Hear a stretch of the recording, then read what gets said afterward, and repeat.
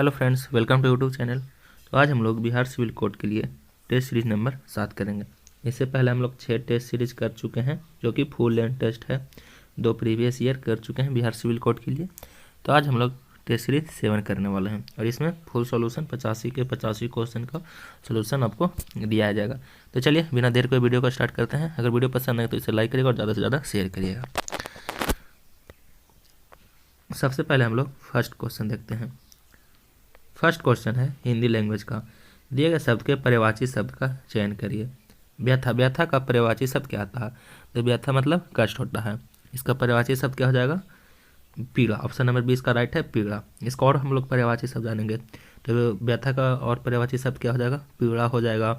फिर उसके बाद क्या हो जाएगा? दुख हो जाएगा। उसके बाद संताप हो जाएगा और कष्ट। ठीक है, तो व्यथा का और पर्यायवाची शब्द दुख, संताप और कष्ट, आप लोग लिख लीजिएगा। नेक्स्ट क्वेश्चन है, निम्नलिखित में से उस विकल्प का चयन करिए जो जुतियां चटकाना मुहावरे का अर्थ व्यक्त करता है। तो जुतियां चटकाना मुहावरे का अर्थ है इधर उधर घूमना। ठीक है, तो ऑप्शन नंबर 20 का राइट आंसर है व्यर्थ में इधर उधर घूमना। ठीक है, नेक्स्ट क्वेश्चन देखिए, रिक्त स्थानों को भरने के लिए उपयुक्त शब्द का चयन करिए। कालिदास कवियों में खाली स्थान श्रेष्ठ हैं। तो देखिए हम लोग क्या बोलेंगे? कालिदास कवियों में श्रेष्ठ है, यानी ऑप्शन नंबर 20 का राइट है। नेक्स्ट क्वेश्चन है, दिए गए शब्द का विलोम शब्द चुनिए। तम, तम का विलोम शब्द क्या हो जाएगा? ठीक है, तो तम मतलब क्या होता है? तम मतलब होता है अंधकार। अंधकार का विलोम शब्द क्या हो जाएगा? तो अंधकार का विलोम शब्द प्रकाश हो जाएगा। तो ऑप्शन नंबर 20 का राइट आंसर है। अब देखिए तम का विलोम शब्द क्या हो जाएगा? प्रकाश हो जाएगा। और इसी का हम लोग विलोम शब्द क्या जानेंगे? प्रकाश का हो जाएगा आलोक, आलोक हो जाएगा। उसके बाद हम लोग ज्योति भी कह सकते हैं, ज्योति मतलब भी प्रकाश होता है। ठीक है, तो चलिए नेक्स्ट क्वेश्चन देखते हैं। दिए गए वाक्यांश के लिए एक शब्द दीजिए जिसकी आयु लंबी हो। तो जिसकी आयु लंबी हो उसे हम लोग क्या कहते हैं? अल्पायु, दीर्घायु, जटायु या फिर वायु। तो इसका राइट आंसर हो जाएगा बी, दीर्घायु। और जिसकी आयु कम हो उसे हम लोग अल्पायु कहते हैं। तो इसका राइट आंसर भी दीर्घायु हो जाएंगे। नेक्स्ट क्वेश्चन देखिए, दिए गए वाक्यांश के लिए एक शब्द दीजिए नीचे लिखी हुई है। तो नीचे लिखी हुई उसे हम लोग क्या कहते हैं? स्वलिखित, उपलिखित, निम्नलिखित या हस्तलिखित। तो जो नीचे लिखी हुई होती है, क्वेश्चन में भी आप लोग देखते होंगे, उसे हम लोग निम्नलिखित कहते हैं, यानी निम्न मतलब नीचे लिखा हुआ। तो ऑप्शन नंबर सी इसका राइट आंसर है। ठीक है, देखिए स्वलिखित मतलब क्या हो जाएगा? स्वलिखित मतलब खुद से लिखा हुआ। ठीक है, उपलिखित मतलब क्या हो जाएगा? ऊपर लिखा हुआ। और हस्तलिखित मतलब क्या होगा? हाथ से लिखा हुआ। तो नीचे लिखी हुई का राइट आंसर हो जाएगा निम्नलिखित। नेक्स्ट क्वेश्चन देखिए, दिए गए शब्द के पर्यायवाची शब्द का चयन करिए। केशव, केशव का पर्यायवाची शब्द क्या हो जाएगा? तो केशव का पर्यायवाची शब्द हो जाएगा गोपाल, नारायण, इसे हम लोग नारायण भी कह सकते हैं। उसके बाद दामोदर भी कह सकते हैं, दामोदर भी कह सकते हैं। उसके बाद हम लोग क्या कह सकते हैं? माधव भी कह सकते हैं। उसके बाद इसे हम लोग पीताम्बर भी कह सकते हैं। तो ये इसका राइट आंसर है।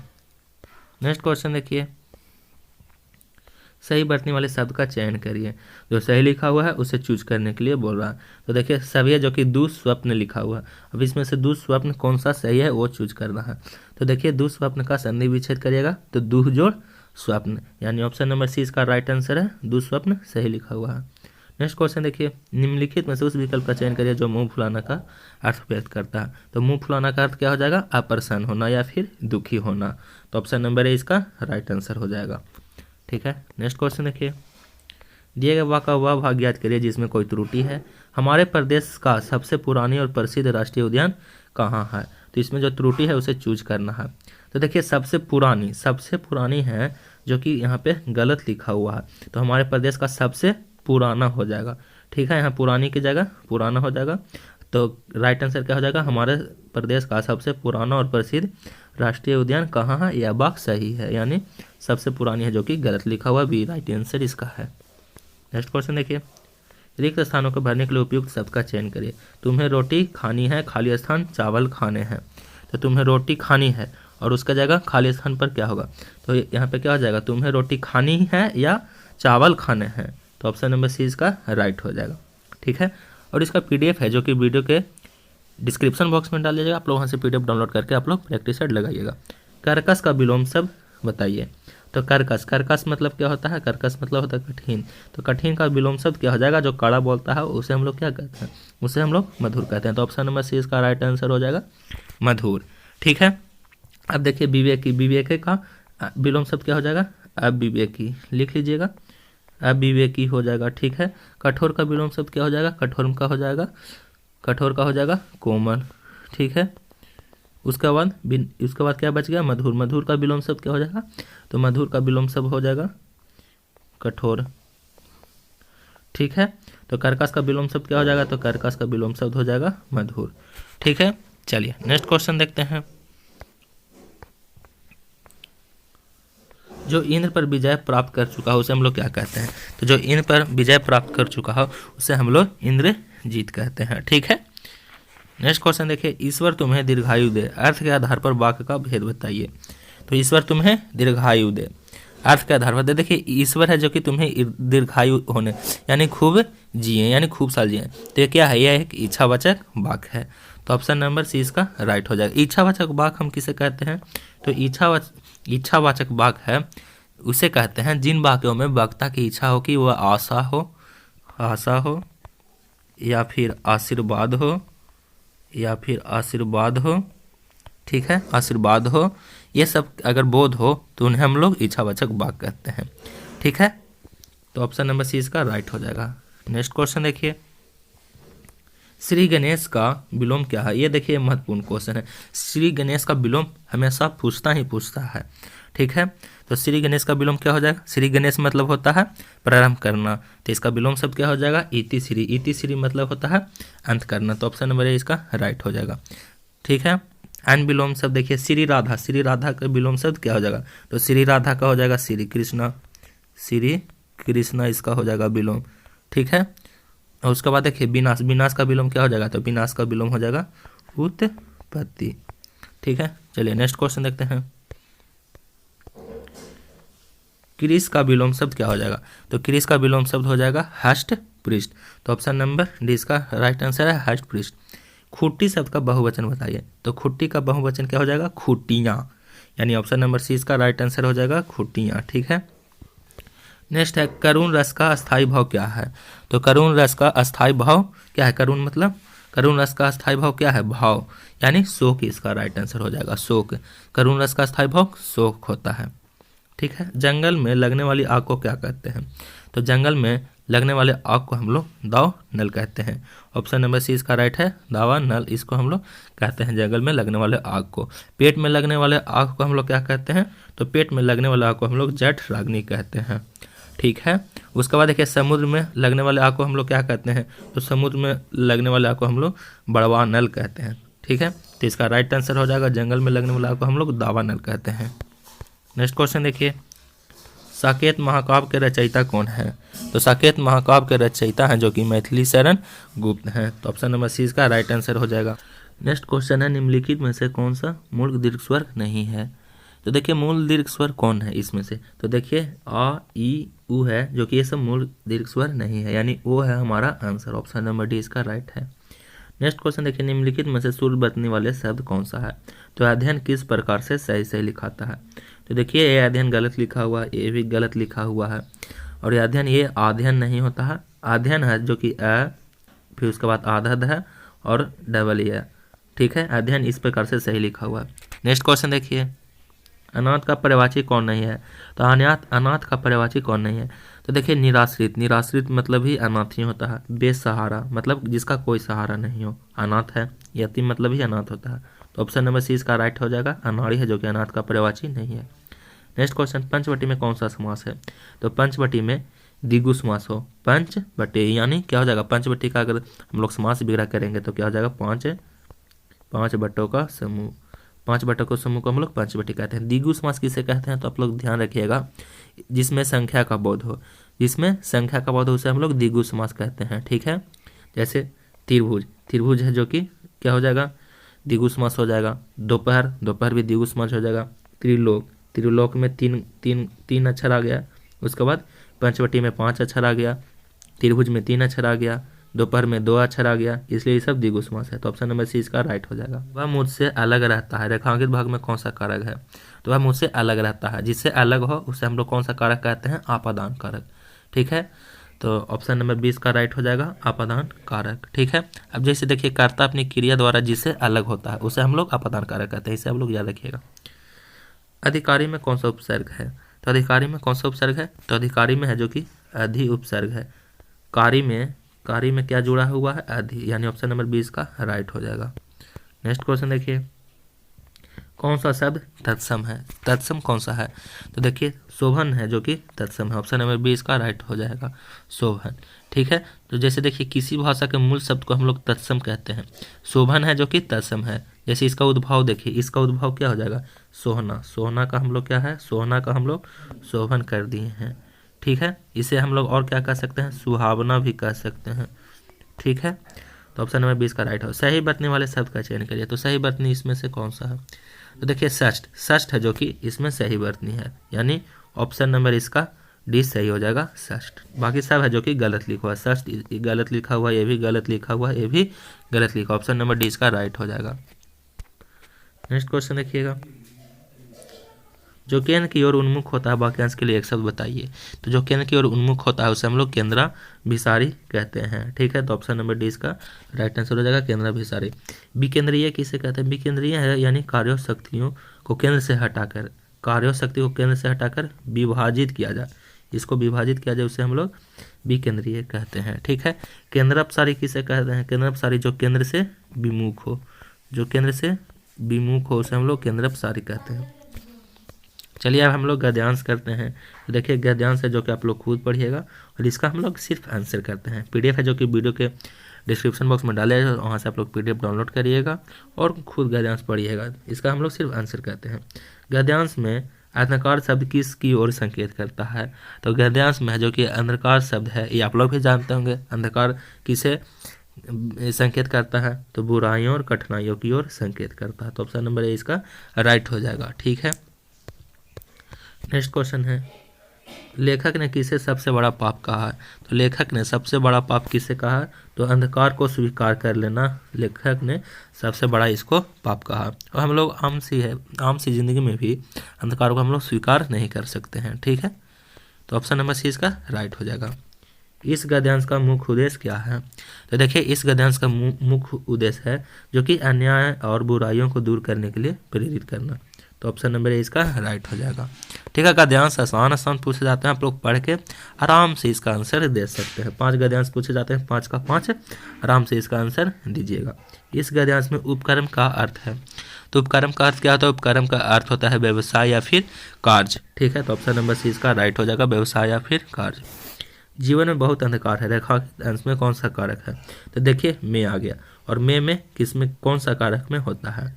तो जीवन में बहुत अंधकार है, ये कारण हो जाएगा। तो ऑप्शन नंबर 20 का राइट आंसर हो जाएगा कारण कारक, सॉरी अधिकरण कारक हो जाएगा। अधिकरण में पर होता है, अधिकरण में पर होता है, तो इसका अधिकरण कारक हो जाएगा। कारण से होता है, कारण से होता है, ये नहीं होगा, अधिकरण में पर। तो ऑप्शन नंबर ए इसका राइट हो जाएगा। चलिए अब हम लोग इंग्लिश लैंग्वेज करते हैं। ठीक है, फर्स्ट क्वेश्चन देखिए, select the option that can be used as one word substitution for the given group of word. A doctor who specialises in x-ray and other kind of radiation. जो x-ray करता हो, जो radiation करता हो, उसे हम लोग क्या कहते हैं? तो उसे हम लोग कहते हैं रेडियोलॉजिस्ट। ठीक है, तो ऑप्शन नंबर सी इसका राइट आंसर हो जाएगा रेडियोलॉजिस्ट। रेडियोलॉजिस्ट उस व्यक्ति को कहते हैं जो एक्सरे का विशेषज्ञ हो। ठीक है, कार्डियोलॉजिस्ट मतलब क्या होता है? तो कार्डियोलॉजिस्ट मतलब होता है हृदय रोग विशेषज्ञ। यूरोलॉजिस्ट मतलब होता है मूत्र रोग विशेषज्ञ। नेफ्रोलॉजिस्ट मतलब होता है नेफ्रॉन किडनी रोग विशेषज्ञ। ठीक है, चलिए नेक्स्ट क्वेश्चन देखते हैं। Select the option that express the given sentence in reported speech. Vidushi the doctor has advised me to avoid sugar said Parva. ठीक है, अब देखिए इसका हम लोग इनडायरेक्ट स्पीच में चेंज करेंगे। तो देखिए Vidushi the doctor has advised me to said परवा हो जाएगा। तो सबसे पहले हम लोग रिपोर्टिंग भर को रिपोर्टेड स्पीच में बदलेंगे, सेड को टोल्ड में बदलेंगे। ठीक है, तो इसका राइट आंसर क्या हो जाएगा? सबसे पहले परवा हो जाएगा, यहाँ पे सेड है तो इसको टोल्ड में चेंज कर देंगे। Parva told Vidushi that the doctor had advise her to avoid sugar, यानी ऑप्शन नंबर ए इसका राइट हो जाएंगे। ठीक है, इनडायरेक्ट डायरेक्ट भी आसान सा क्वेश्चन पूछे जाते हैं। नेक्स्ट क्वेश्चन है read the sentence carefully and find the grammatical error, if there is no error your answer will be D. We all are waiting eagerly and looking forward for seeing you soon. तो देखिए इसमें no error चुनना है, यानी जो गलत लिखा हुआ है उसे हटाना है। तो देखिए लुक फॉरवर्ड है, यहाँ पे ध्यान दीजिएगा, लुक फॉरवर्ड है, लुकिंग फॉरवर्ड है यहाँ पे। तो लुकिंग फॉरवर्ड टू सीइंग लिखना चाहिए, क्योंकि डिवोटेड है, यहाँ पे देखिएगा डिवोटेड भी लिखा हुआ है, डिवोटेड है, जो कि डिवोटेड या फिर डेडिकेटेड, और लुक फॉरवर्ड के साथ हमेशा क्या प्रयोग होता है, टू प्रयोग होता है। तो यहाँ पे 4 नहीं हो जाएगा, 2 हो जाएगा, यानी ऑप्शन नंबर इसका सी है, जो कि गलत लिखा हुआ है। ठीक है, चलिए नेक्स्ट देखते हैं। Select that most appropriate option to fill in the blanks. This class used to be very noisy, but it was unusually खाली स्थान today. ठीक है, अब देखिए क्लास को हमेशा नोइजी होने की बात कही गई है, लेकिन आज आवाज़ शांत दबा हुआ है, यानी आवाज़ दबा हुआ के लिए है सबडेट शब्द का प्रयोग किया जाता है। ठीक है, तो ऑप्शन नंबर सी इसका राइट हो जाएगा, सब डेड। एक्साइटेड मतलब क्या होता है, एक्साइटेड मतलब उत्साहित होता है, उत्साहित के अर्थ में प्रयोग होगा। ठीक है, उसके बाद देखिए रौडी, रौडी किसके शब्द में प्रयोग होता है, तो रौडी मतलब होता है उपद्रवी। उसके बाद स्क्रीमिंग, स्क्रीमिंग मतलब होता है चिल्लाना, जिसका राइट आंसर हो जाएगा सबड्यूड। नेक्स्ट क्वेश्चन देखिए, select the option that can be used as one word substitution. Able to hear जो सुनने योग्य हो उसे हम लोग ऑडिएबल कहते हैं, तो ये आप लोग याद रखिएगा, ऑडिएबल मतलब सुनने योग्य। ठीक है, अब देखिए इडिबल, इडिबल मतलब क्या होता है, खाने हो से हम लोग इडिबल कहते हैं। क्रीडेबल मतलब विश्वसनीय योग, यानी विश्वास करने योग हो से हम लोग विश्वसनीय कहते हैं। ये हो जाएगा लेजिबल, लेजिबल मतलब पढ़ने योग। ठीक है, नेक्स्ट क्वेश्चन देखिए, select the incorrectly spelled word, यानी जो गलत लिखा हुआ है उसे हटाना है। ठीक है, अब देखिए जो गलत लिखा हुआ उसे सबसे पहले हटाइए, कौन गलत लिखा हुआ है। तो देखिए फोलिएबल, फोलिएबल है जो कि बिल्कुल सही लिखा हुआ है। इडिएबल, देखिए इडिएबल है जो कि यहाँ भी है, तो ये बिल्कुल सही लिखा हुआ है। फेबल भी सही लिखा हुआ है। ठीक है, उसके बाद देखिए स्टेबल है जो कि गलत लिखा हुआ है। स्टेबल किस प्रकार से सही लिखाएगा, तो यहाँ पे STUBBLE स्टेबल इस प्रकार से सही लिखा, तो एक गलत लिखा हुआ है, यानी ऑप्शन नंबर सी इसका राइट हो जाएगा। नेक्स्ट क्वेश्चन देखिए, select the most appropriate meaning of the given idiom have cold feet. Have cold feet का आइडियम फ्रेज क्या हो जाएगा, तो देखिए हैव कोल्ड फीट का आइडियम अर्थ होता है आत्मविश्वास खोना, मतलब आत्मविश्वास खोना का क्या हो जाएगा आइडियम फ्रेज, तो इसका राइट आंसर हो जाएगा लूजिंग कॉन्फिडेंस, यानी ऑप्शन नंबर बी इसका राइट आंसर हो जाएगा। ठीक है, नेक्स्ट क्वेश्चन देखते हैं, select the most appropriate antonym of the given word. Confirm, confirm का एंटोनिम क्या हो जाएगा, तो कन्फर्म मतलब क्या होता है पुष्टि करना, आप लोग भी जानते होंगे। तो पुष्टि करना का एंटोनिम क्या हो जाएगा, कॉन्ट्राडिक्ट। कॉन्ट्राडिक्ट मतलब होता है, कॉन्ट्राडिक्ट का मतलब होता है खंडन करना, तो ऑप्शन नंबर सी इसका राइट आंसर हो जाएगा। इसे हम लोग और कॉन्ट्राडिक्ट का सिनोनिम्स और हम लोग क्या लिख सकते हैं, डिक्लाइन। डिक्लाइन मतलब होता है मना करना। उसके बाद और इसे हम लोग क्या कह सकते हैं, डिनाई। डिनाई मतलब ही होता है मना करना, ये आप लोग भी जानते होंगे। उसके बाद डिसअप्रूव, डिसअप्रूव मतलब ही होता है मना करना या फिर खंडन करना, तो इसका सिनोनिम्स हो जाएगा और कन्फर्म का एंटोनिम हो जाएगा। ठीक है, नेक्स्ट क्वेश्चन देखिए, select the most appropriate antonym of the given word. Hostile, hostile का एंटोनिम बताइए, तो हॉस्टाइल मतलब होता है प्रतिकूल, तो प्रतिकूल का क्या हो जाएगा, दोस्तली हो जाएगा। फ्रेंडली, ऑप्शन नंबर डी इसका राइट आंसर हो जाएगा। फ्रेंडली का और हम लोग क्या लिख सकते हैं, माइल्ड भी लिख सकते हैं। ठीक है, नेक्स्ट क्वेश्चन देखिए, select the most appropriate synonym of the given word. Replace, replace का सिनोनिम्स क्या हो जाएगा, तो रिप्लेस मतलब क्या होता है, रिप्लेस मतलब हटाना होता है। ठीक है, तो इसका सिनोनिम्स क्या हो जाएगा, तो इसका राइट आंसर हो जाएंगे सब्स्टिट्यूट। सब्स्टिट्यूट मतलब उसका जगह पर लाना। ठीक है, या फिर इसे हम लोग क्या कह सकते हैं, सब्स्टिट्यूट का सिनोनिम्स रीस्टोर। रीस्टोर मतलब पुनः उसको लाना या फिर सत्यापित करना। ठीक है, चलिए नेक्स्ट क्वेश्चन देखते हैं। और हम लोग वीडियो पसंद है तो इसे लाइक ज़रूर करिएगा फ्रेंड्स, और शेयर भी करिएगा। Select the most appropriate synonym of the given word. Pragmatic, pragmatic का सिनोनिम बताइए, तो प्रैग्मेटिक मतलब क्या होता है, व्यवहारिक। व्यवहारिक इसका हिंदी होता है, तो व्यवहारिक का क्या सिनोनिम्स पूछ रहा है, तो व्यवहारिक का सिनोनिम्स क्या हो जाएगा, इसका हो जाएगा रियलिस्टिक। रियलिस्टिक मतलब ही होता है सच्चाई या फिर व्यवहारिक। इसे हम लोग और कह सकते हैं प्रैक्टिकल भी कह सकते हैं, प्रैक्टिकल भी कह सकते हैं, या फिर इसे हम लोग और क्या कहते हैं, सेंसिबल भी कह सकते हैं, सेंसिबल भी कह सकते हैं। चलिए नेक्स्ट क्वेश्चन देखिए, कह रहा read the sentence carefully and find the grammatical error, if there is no error your answer will be D. My car broke into while I was on my way to office. तो इसमें जो गलत लिखा हुआ है उसे हटाने के लिए बोल रहा है। तो देखिए माई कार ब्रोक इनटू, तो ब्रोक इनटू है जो कि बिल्कुल गलत लिखा हुआ है, ब्रोक नहीं ब्रेक इनटू होगा, यानी my car break into while I was on my way to office, यानी ऑप्शन नंबर ए है जो कि गलत लिखा हुआ है। नेक्स्ट क्वेश्चन देखिए, select the most appropriate option to fill in the blanks, we should carefully, खाली स्थान, वेस्टिंग फूड। तो यहाँ पे फिल इन द ब्लैंक्स के जगह पर क्या होगा, तो देखिए हम लोग खाना को बर्बाद करने से बचना चाहिए, यानी अवॉइड। यहाँ पे ऑप्शन नंबर ए इसका राइट आंसर हो जाएगा, अवॉइड। ठीक है, अवॉइड है जो कि यहाँ पे राइट आंसर हो जाएगा, क्योंकि यहाँ कहा गया कि हमें भोजन की बर्बादी से बचना चाहिए। ठीक है, नेक्स्ट क्वेश्चन देखते हैं। करा select the option that express the given sentence in passive voice, passive voice में चेंज करना है। Anant was recording a new song in his studio, तो क्या हो जाएगा, सबसे पहले ऑब्जेक्ट को हम लोग सब्जेक्ट बना देंगे।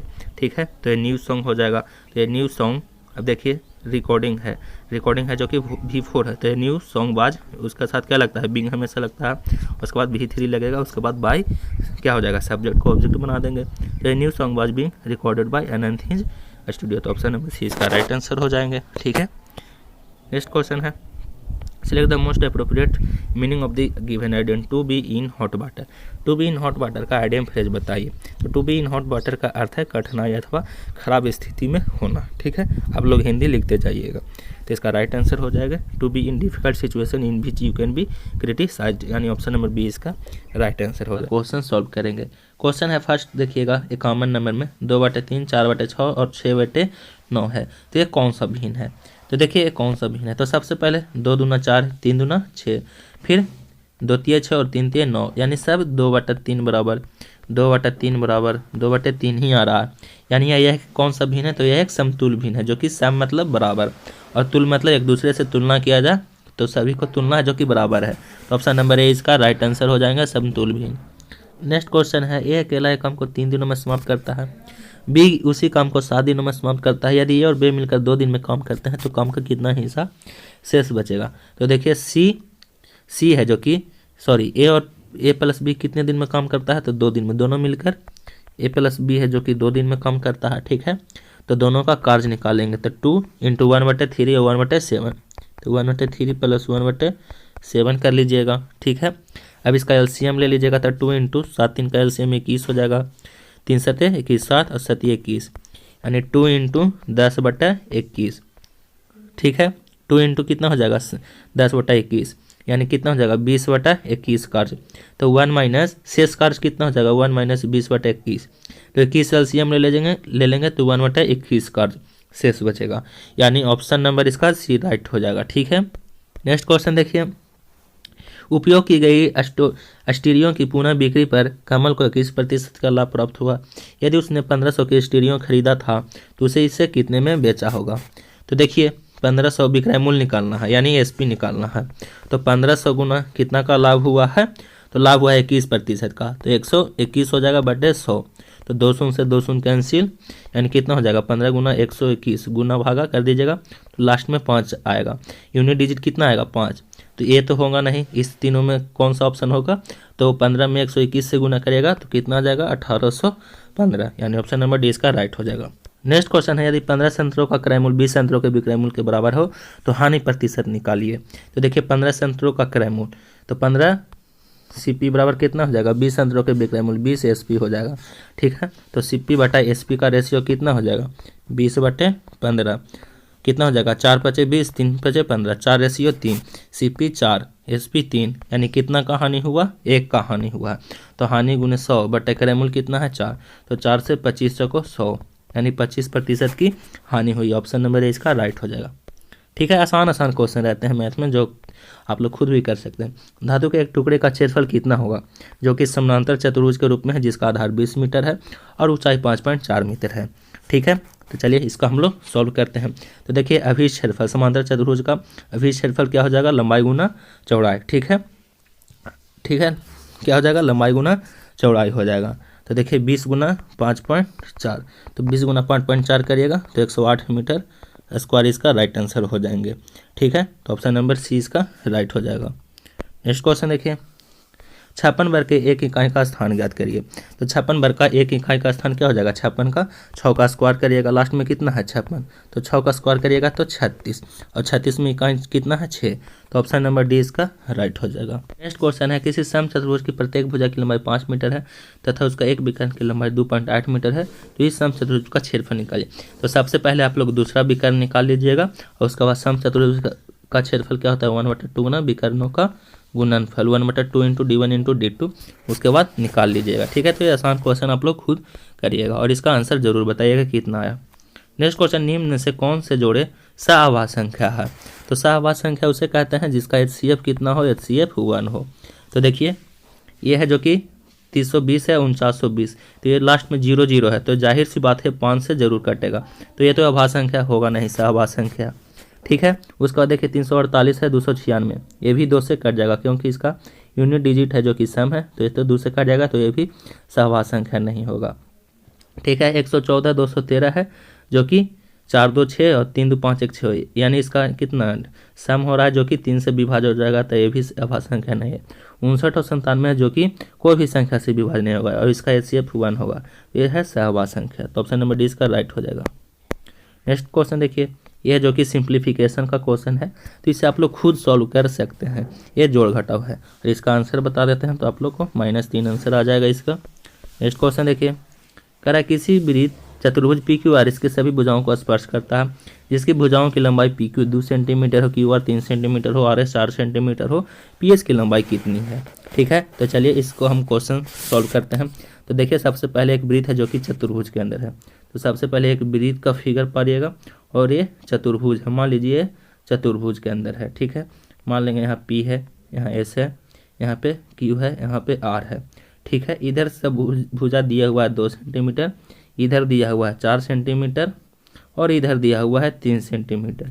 ठीक है, तो सूत्र से हम लोग निकालेंगे, तो PQ प्लस RS, PQ और प्लस RS इधर वाला, PQ प्लस RS बराबर इधर का और इधर का भुजा दोनों का बराबर करेंगे, तो कितना हो जाएगा 2 + 4 बराबर कितना हो जाएगा 3 + PS, PS का मान निकालना है, एक का मान नहीं दिया हुआ है, तो 2 + 4 6, 6 - 3 बराबर PS, तो PS बराबर कितना हो जाएगा 3 सेंटीमीटर, तो ऑप्शन सी इसका राइट हो जाएंगे। क्वेश्चन है 61 नंबर, देखिए सिंप्लीफिकेशन का क्वेश्चन है।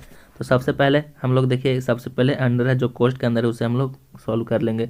तो देखिए -8 गुना -2 कितना हो जाएगा 16, और 16 माइनस माइनस क्या हो जाएगा प्लस, तो देखिए -5 हो जाएगा, यहाँ पे -5 हो जाएगा इंटू -20 माइनस कितना हो जाएगा 16। ठीक है, तो 20 - 16 करेंगे तो कितना हो जाएगा 4, तो 4 गुना -5 करिएगा तो -20 इसका आंसर हो जाएगा, यानी ऑप्शन नंबर डी इसका राइट हो जाएगा। नेक्स्ट क्वेश्चन देखिए, एक प्रयोग के दौरान एक बैक्टीरिया है की गणना 2.5% प्रति घंटे की दर से बढ़ रही है। शुरुआत में उनकी संख्या 512000 थी, तो 2 घंटे के अंत में बैक्टीरिया की संख्या कितनी होगी। तो देखिए सबसे पहले कितना बैक्टीरिया है, तो बैक्टीरिया है जो कि इकाई दहाई सैकड़ा हज़ार 10,000 लाख, यानी हो जाएगा कितना हो जाएगा 5,12,000 है जो कि बैक्टीरिया है।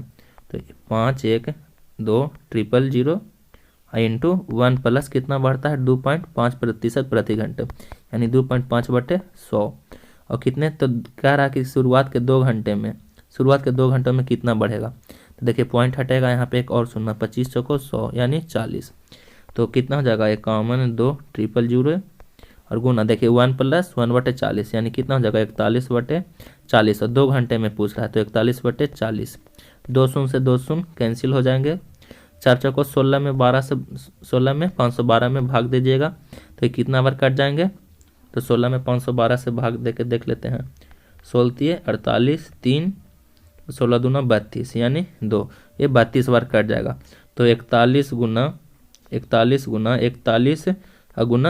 करिएगा तो कितना इसका राइट आंसर हो जाएंगे, तो इसका राइट आंसर हो जाएगा 53,79,720, तो ऑप्शन नंबर सी इसका राइट है। चलिए नेक्स्ट क्वेश्चन देखते हैं। एक समचतुर्भुज का क्षेत्रफल 216 सेंटीमीटर स्क्वायर है, इसके विकर्ण की लंबाई 24 सेंटीमीटर है, समचतुर्भुज की प्रत्येक भुजा की लंबाई निकालिए। तो समचतुर्भुज का क्षेत्रफल अभी ही बताए थे 1/2 विकर्णों का गुणनफल, यानी 1/2 इंटू d1 इंटू d2, 216 दिया हुआ इसका क्षेत्रफल, एक विकर्ण दिया हुआ है 1/2 इंटू 24, दूसरा विकर्ण निकालना है। 2 से 12 दूना 24, 12 में 216 से भाग दीजिएगा तो 18 बार में कट जाएगा, यानी D2 दूसरा विकर्ण हम लोग का आ गया 18। ठीक है, अब देखिए भुजा बराबर क्या होता है, तो भुजा बराबर होता है विकर्ण बटे 2 का होल स्क्वायर। ठीक है, तो एक विकर्ण 18 है, एक विकर्ण 24 है, तो भुजा का स्क्वायर क्या हो जाएगा 24 बटे 2 का होल स्क्वायर प्लस 18 बटे 2 का होल स्क्वायर। 24 बटे 2 का स्क्वायर करिएगा 12 का स्क्वायर प्लस 9 का स्क्वायर, तो 12 का स्क्वायर कितना हो जाएगा 144 प्लस 81, तो इसका राइट आंसर हो जाएगा 225। 225 बराबर कितना आया भुजा स्क्वायर, तो ए का मान कितना आ जाएगा 15, तो ऑप्शन नंबर डी इसका राइट हो जाएगा 15। नेक्स्ट क्वेश्चन देखिए, कारा 6 का 20% का 25% किसके बराबर है, तो 60 का, तो 60 गुना 20/100 बराबर x गुना 25/100। ठीक है, 100 से 100 कैंसिल हो जाएगा। ठीक है, अब देखिए कितना 10, ये हो जाएगा 15 चौको 60, इसको हम लोग काट छाट कर लेंगे तो कितना 12 पचे 60, 5 पचे 25, 5 चौको 20, यानी 12 चौको 48, आंसर इसका हो जाएगा। नेक्स्ट क्वेश्चन देखिए, कार्य निम्नलिखित में से किस संख्या का शांत दशमलव प्रसार होगा, तो शांत दशमलव किसे कहते हैं, जब हर में 2 गुना 5 का फैक्टर टूटे तो उसे शांत दशमलव कहते हैं। तो देखिए 120 में है जो कि 2 गुना 5 के फैक्टर पर होगा, 40 गुना कितना हो जाएगा 40, इसको हम लोग सबसे पहले 19 × 57, 40 × 120, तो कितना हो जाएगा 19/40 हो जाएगा। तो 40 में कितना कितना है 2 है, 2 के पावर 3 गुना 5 के पावर हुआ है, और बाकी तोड़िएगा तो उसमें 3 आ जाएगा, कोई में 3 आ जाएगा, या फिर और नंबर आ जाएंगे। 120 में 2 और 5 के फैक्टर में है, यानी ऑप्शन नंबर सी इसका राइट होगा। आप लोग सब ऑप्शन को देख सकते हैं सॉल्व करके। नेक्स्ट क्वेश्चन है, एक आदमी बिंदु ए से बी की दूरी 40 किलोमीटर प्रति घंटा की तय करता है, बी से ए तक 60 किलोमीटर प्रति घंटा की गति से वापस लौटा है। पूरी यात्रा के दौरान उसकी औसत गति कितनी है, तो औसत गति बराबर इसको हम लोग पिछले ही प्रैक्टिस सेट में आंसर किए थे, और इसका फॉर्मूला होता है 2ab बटा a प्लस बी। ठीक है, एक 60 दिया हुआ है, एक 40 दिया हुआ है, तो कितना करेंगे 2 गुना 40 गुना 60 बटे 60 प्लस 40। ठीक है, तो 2 गुना 40 गुना 60 बटे कितना हो जाएगा 100, तो 2 शून्य से 2 अंशुल कैंसिल, 6 चौको 24 दूनी 48 किलोमीटर प्रति घंटा, और इसका राइट आंसर हो जाएगा। ठीक है, देखिए ये है जो कि विभाजित करने के लिए क्वेश्चन पूछ रहा है, x³ - 2 से इसमें भाग देना है, शेष क्या बचता है उसको निकालना है, तो इसे आप लोग भाग दे लीजिएगा, तो इसका राइट आंसर हो जाएगा 3, शेषफल इसका कितना आएगा 3। नेक्स्ट क्वेश्चन देखिए 68 नंबर है, जो कि कह रहा है 13/3/15 प्लस 13/14 माइनस 19/21 प्लस 31/35 माइनस 23/30 का आंसर क्या होगा। तो सबसे पहले जो एक तरह का हो, जैसे 3/15 माइनस 23/35, इसको हम लोग एक साथ कर लेंगे, और जो जिसका एलसीएम एक साथ निकले उसे हम लोग एक साथ कर लेंगे। तो इसका हम लोग हल्का हिंट दे देते हैं, आप लोग खुद सॉल्व कर लीजिएगा।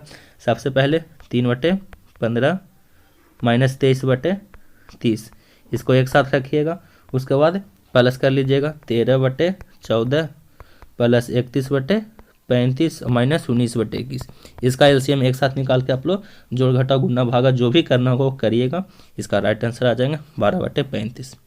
नेक्स्ट क्वेश्चन देखिए 64, 28 एवं 96 का मसा क्या होगा।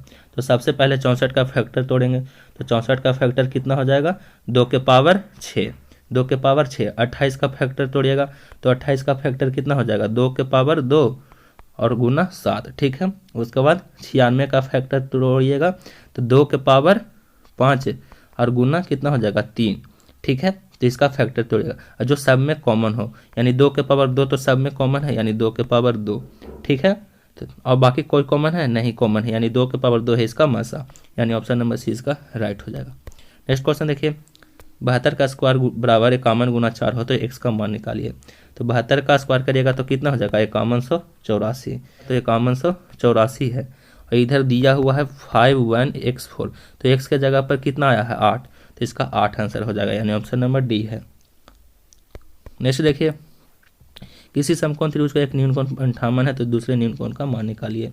तो देखिए न्यूनकोण का मान कितना होता है 90 डिग्री, तो x प्लस 58 डिग्री बराबर कितना हो जाएगा 90, तो x का मान कितना हो जाएगा 90 माइनस 58, घटा लीजिए 32 डिग्री, इसका राइट आंसर हो जाएंगे, तो ऑप्शन नंबर सी इसका राइट है। नेक्स्ट देखिए 66 किलोमीटर प्रति घंटा की गति से 410 मीटर लंबे प्लेटफॉर्म को एक रेलगाड़ी 30 सेकंड में पार करती है, रेलगाड़ी की लंबाई कितनी है। तो देखिए रेलगाड़ी की लंबाई हम लोग मान लेंगे कि 1 मीटर है। तो चाल बराबर क्या हो जाएगा 66 किलोमीटर प्रति घंटा। तो 66 गुना इसको मीटर प्रति सेकंड में बदलेंगे तो 5/18 से भाग दे देंगे और बराबर टोटल कितना है 410 मीटर। तो 410 प्लस 1 कितना हो जाएगा 30। कितना पार करने में समय लगता है 30, तो 30 सेकंड कर देंगे।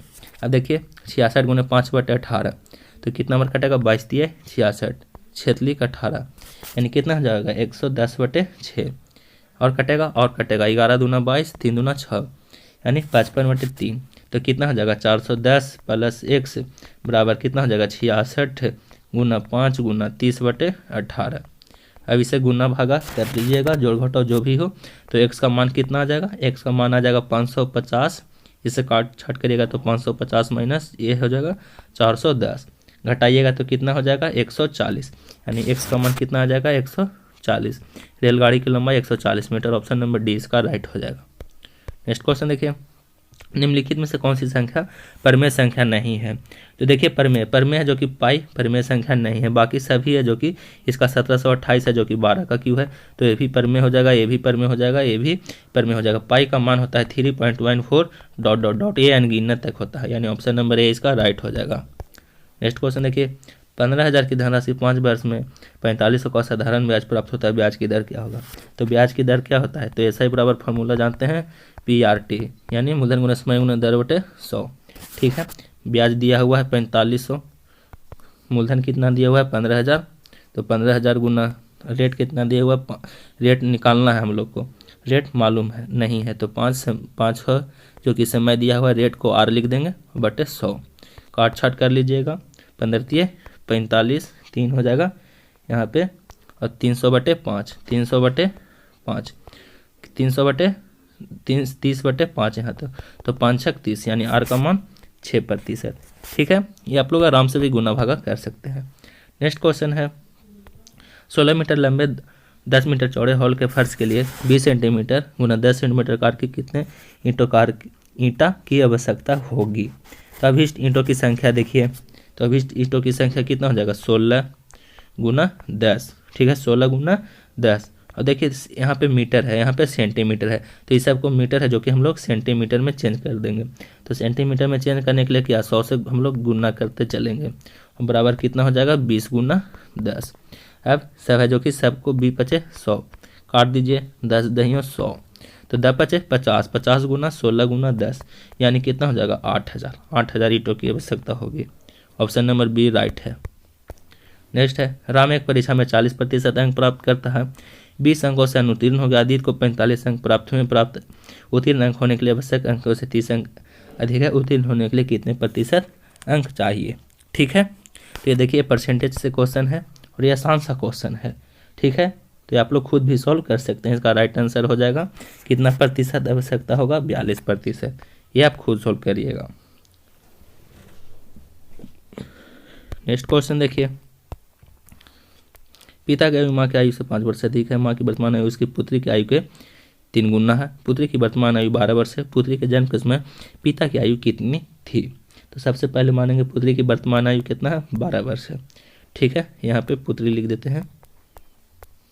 उसके बाद माता की वर्तमान आयु कितना हो जाएगा, माता की वर्तमान आयु है जो कि 3 गुना था, तो 12 गुना 3 36 हो जाएगा। ठीक है, अब कह रहा पिता की वर्तमान आयु थी, पिता की वर्तमान आयु है जो कि उससे 5 साल बड़ा है, तो 36 में 5 साल जोड़ दीजिएगा तो पिता कितना हो जाएगा, पिता हो जाएगा 41। ठीक है, अब देखिए पूछ रहा है कि पिता की उम्र पुत्री की उम्र के जन्म के समय क्या था। तो देखिए 41 था जो कि पिता की उम्र था, पुत्री की कितना था, पुत्री का 12, तो 41 - 12 बराबर 29 राइट हो जाएगा। तो ऑप्शन नंबर डी इसका राइट है। नेक्स्ट क्वेश्चन देखते हैं। नेक्स्ट क्वेश्चन है, एक व्यक्ति की वर्तमान लाल रक्त कणिकाओं जिसे हम लोग RBC कहते हैं की संख्या 54,000 है, यह प्रतिदिन 5% की दर से बढ़ रही है, तो 2 दिन बाद RBC की संख्या। देखिए इस तरह के क्वेश्चन अभी ही किए हैं, 54,000 × 1 + 5/100, और 2 दिन के बाद पूछा था 2 का स्क्वायर 20 × 100 यानी 54,000 गुना 21/20 गुना 21/20। इससे आप लोग गुना भागा कर लीजिएगा, इसका राइट आंसर हो जाएंगे 59,535, ऑप्शन नंबर डी।